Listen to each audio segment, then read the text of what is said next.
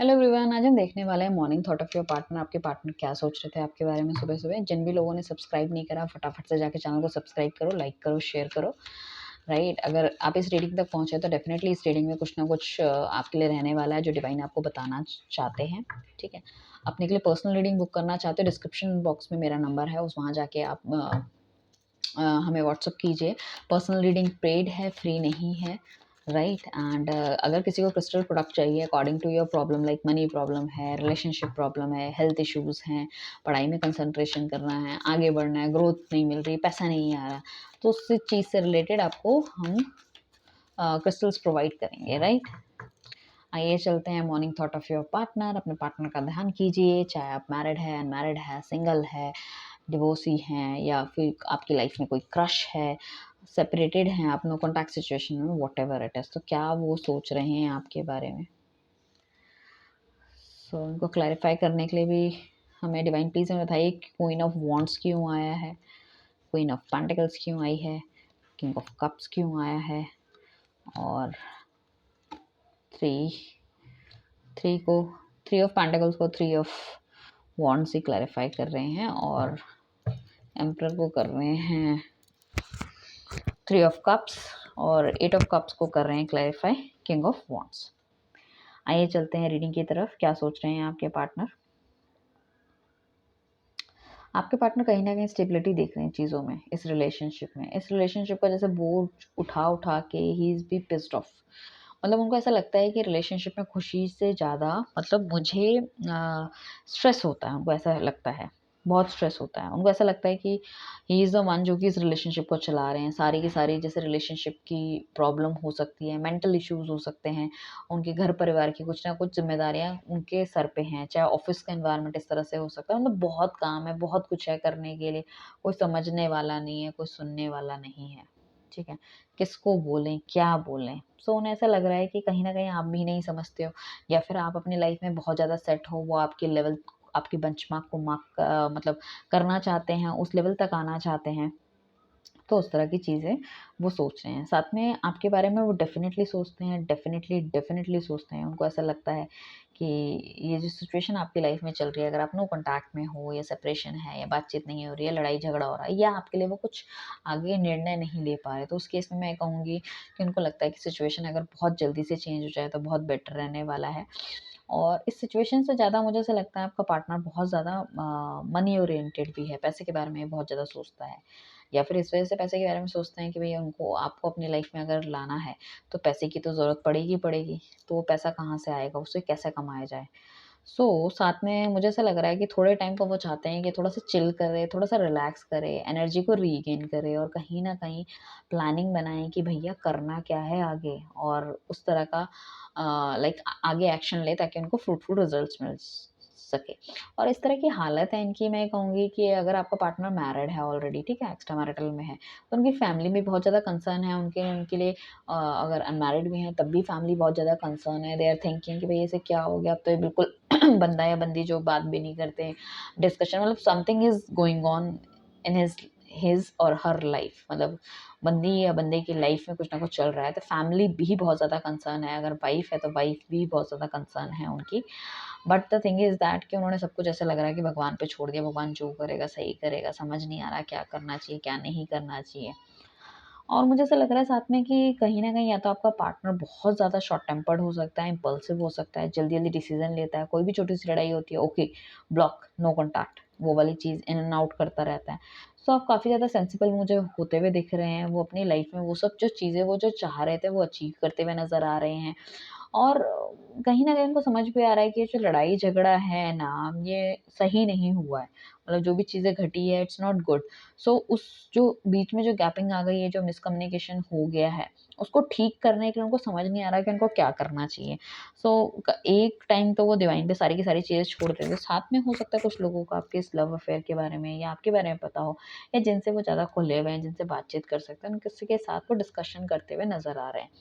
कि उनको second action मतलब कोर्स ऑफ एक्शन उनको क्या लेना चाहिए, और जहाँ से भी वो मतलब हो सकता है पहले वो जब गाइडेंस लेते हो तो उन्हें नेगेटिव चीज़ें मिलती थी, बट इस टाइम जब वो गाइडेंस लेंगे तो उनको पॉजिटिव चीज़ें मिलेंगी। पॉजिटिव चीज़ें क्या मिलेगी कि वो बंदा कहेगा कि करियर में तो तुम बहुत अच्छा कर ही रहे हो, अचीव कर ही रहे हो डे बाय डे, तो करियर तो देखो बनता रहेगा, क्योंकि करियर के लिए तो हम पूरी ज़िंदगी भी लगा दें तो वो कम है। तो वो कहेंगे कि भाई साथ में आपको अपनी जो लव लाइफ है उसको भी इनिशिएट करना चाहिए, उसको भी ठीक करने की कोशिश करनी चाहिए, वापस जाना चाहिए। उसमें भी सामने वाला बंदा अगर आपसे कुछ माँग रहा है, एक्सपेंशन करना चाहते हैं, तो उसको कमिटमेंट दो, चीज़ों को ठीक करने की कोशिश करो, सामने वाले की बात समझो। इस मतलब जो आपको करियर में जो ग्रोथ मिल रही है, वो ग्रोथ आपको अपने लव लाइफ के अंदर भी लेकर आनी है। तो काफ़ी ज़्यादा स्ट्रेंथ उनके अंदर आ जाएगी, उस चीज़ में भी काफ़ी ज़्यादा पॉज़िटिव वो हो जाएँगे, और कहीं न कहीं उनकी बातों को सीरियसली लेंगे, और उनकी बातों में कुछ ऐसा स्कोप उन्हें दिखेगा कि हाँ भैया, बात तो बंदे ने पॉइंट की कही है, कि देखो करियर तो हम भैया हम तो 18 साल का बच्चा होता है, वो पढ़ के निकलता है, वो करियर ही बनाता रहता है और कम से कम 60-70 साल तक बनाता ही रहता है। बट इस बीच में ऐसा नहीं है कि हम शादी नहीं करते, अफेयर्स नहीं होते, बच्चे नहीं होते, तो उस चीज़ों के लिए भी टाइम करना होता है, क्योंकि ऐसा तो नहीं है ना आफ्टर आप सक्सेसफुल होने के बाद चीज़ें करेंगे, राइट? सो वो वाली चीज़ कहीं न कहीं उनके दिल-दिमाग में लग सकती है, और उन्हें लग सकता है कि हाँ भैया, बात तो सही कही है। सो साथ में अगर थोड़ी-सी स्टेबिलिटी मुझे मिल रही है या आ गई है, तो कहीं न कहीं मुझे इसको भी आगे आगे अपनी लव लाइफ़ को भी आगे बढ़ाना चाहिए, ठीक है? सो हो सकता है काफ़ी सारे ऑप्शंस उनके पास हैं, तो उसमें से वो बेस्ट ऑप्शन आपको चुन के आपकी तरफ बढ़ेंगे। हो सकता है घरवालों ने भी कुछ लड़की-लड़का देख रखा हो उनके लिए। सो वो भी एक चीज़ें हो सकती हैं।